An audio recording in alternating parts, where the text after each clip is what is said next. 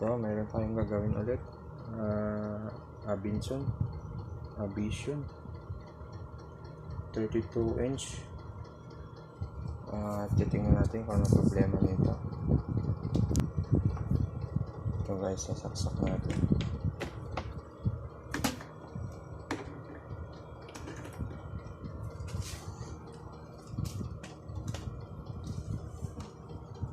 Yan guys, umiilaw na siya ito. Try natin yung power on.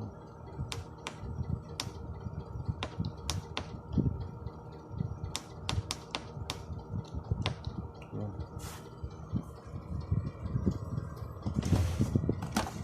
Ayan, walang picture. Meron siya kanina. Bali ang problema nito, backlight din. Okay guys, buksan natin. Check natin. Walang ilaw.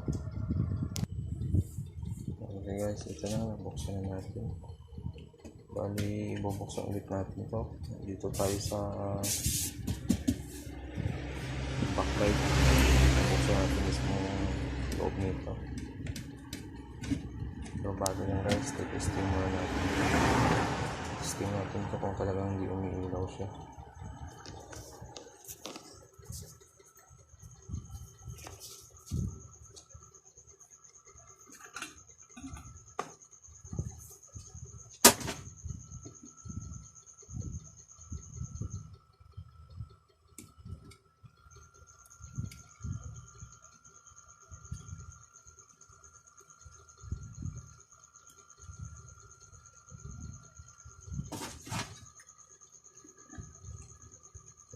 Wala talaga.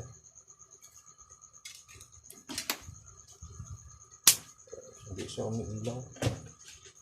Bubuksan na natin.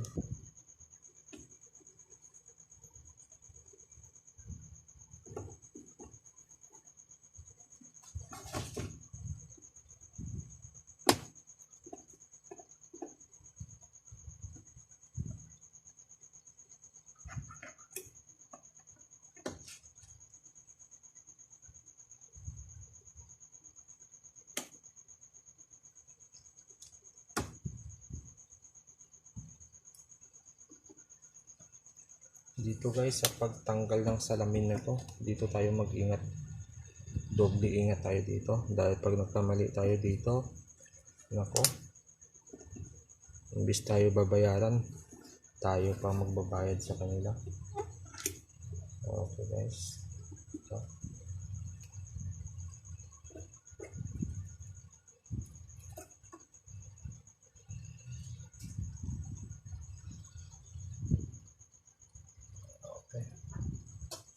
Save na yung salamin natin. Ayos na siya. Babaklasin ko lang to.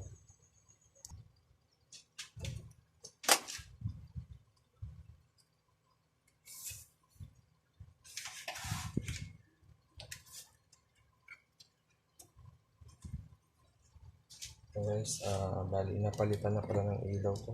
Na-convert na nila.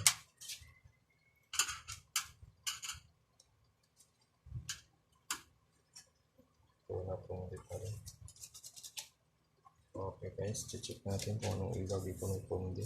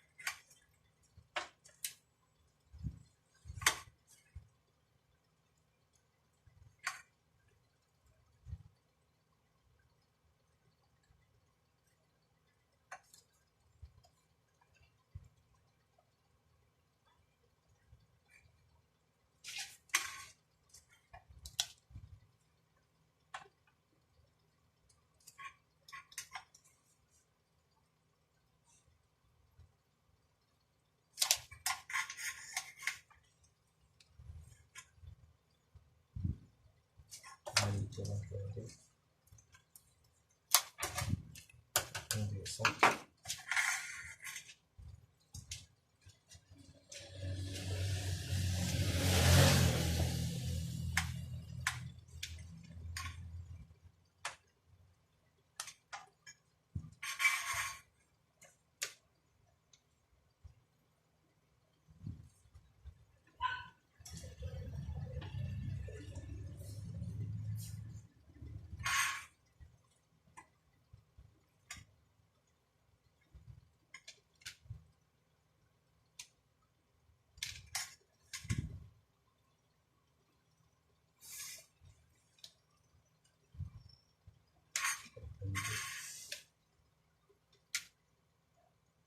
Ito.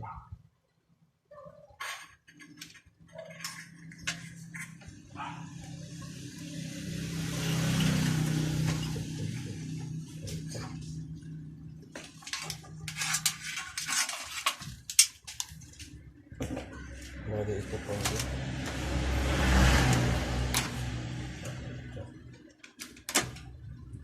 Guys, bali tatlo ang kundi. Ayusin muna natin.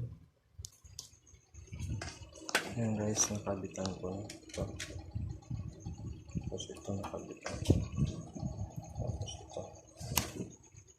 Tapos ito natin.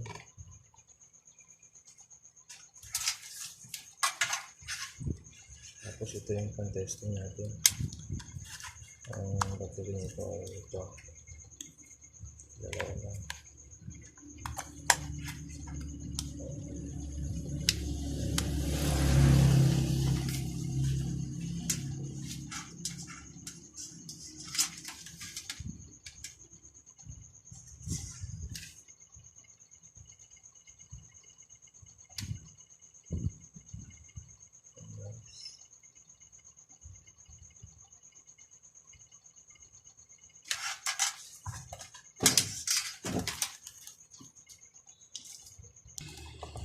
System natin.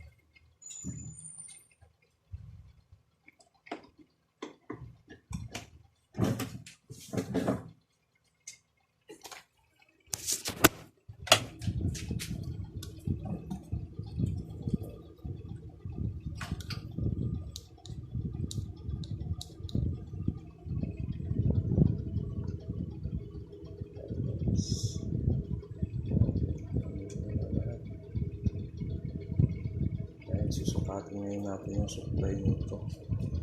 Ilang volts to. Ang isang bulb nito ay 6 volts. Dapat to 4, 6. Dapat nasa 36 volts na ang supply nito.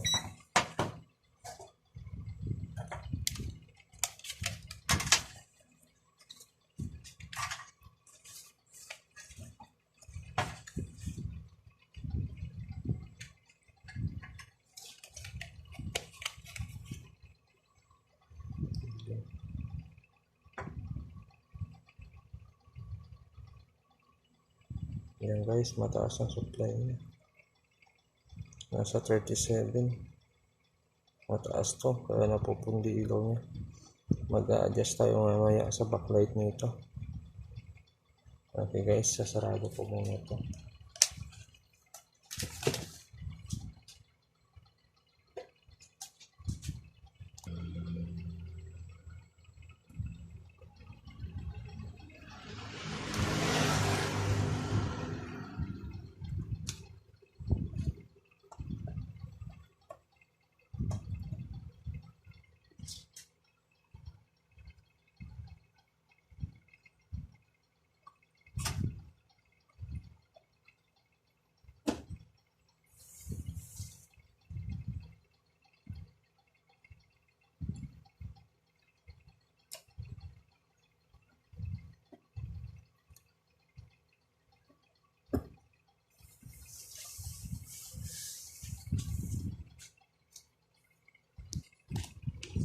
Guys, testing natin.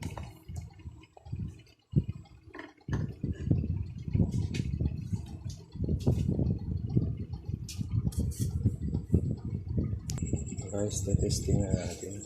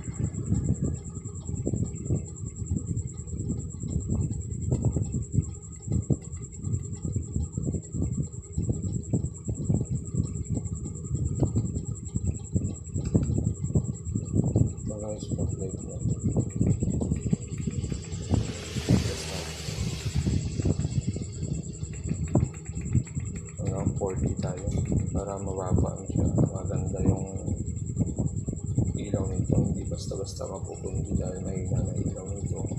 Kailangan pa natin babaan yung backlight.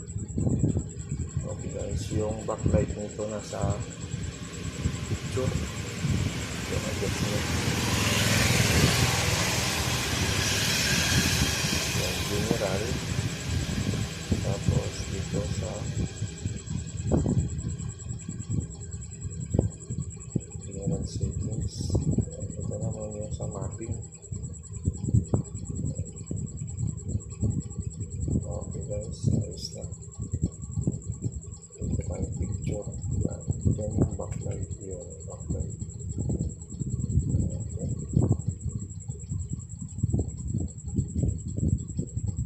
Skip na tayo kasi.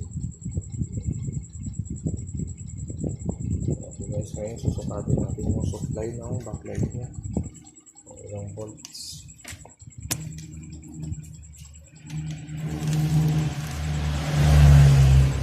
Diba kanina ang supply ng backlight natin nasa 37. Ngayon tingnan natin kung ilan ang supply ng backlight natin. Yan. Ang supply ng standby supply ng backlight natin ay nasa 11.67. Yan yung standby niya. Tapos yung supply ngayon dahil dumaan ito sa inverter sa backlight driver, ang supply niya ngayon ay nasa yan guys, 35.7. Yan, hindi na siya 37 kaya nataas eh. Ngayon 35.7. Wala pa 6 volts yung ilaw bawat isa, wala pang 6 volts yung supply ng ilaw natin, kaya medyo hindi basta-basta bibigay yung ilaw natin. Okay guys, sasarado ko lang to, tapos testing ulit natin mamaya. Okay guys, ito na, sarado natin. Ayos na siya, saksak natin.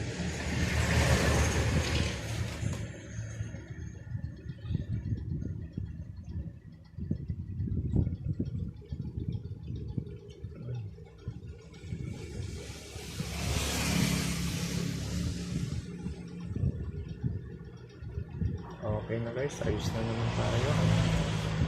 Ayos na ulit natin to.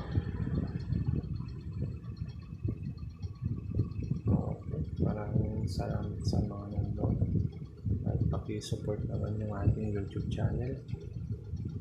Kung mayroon kayong mga question at suggestion ay pakisulat na lang sa comment.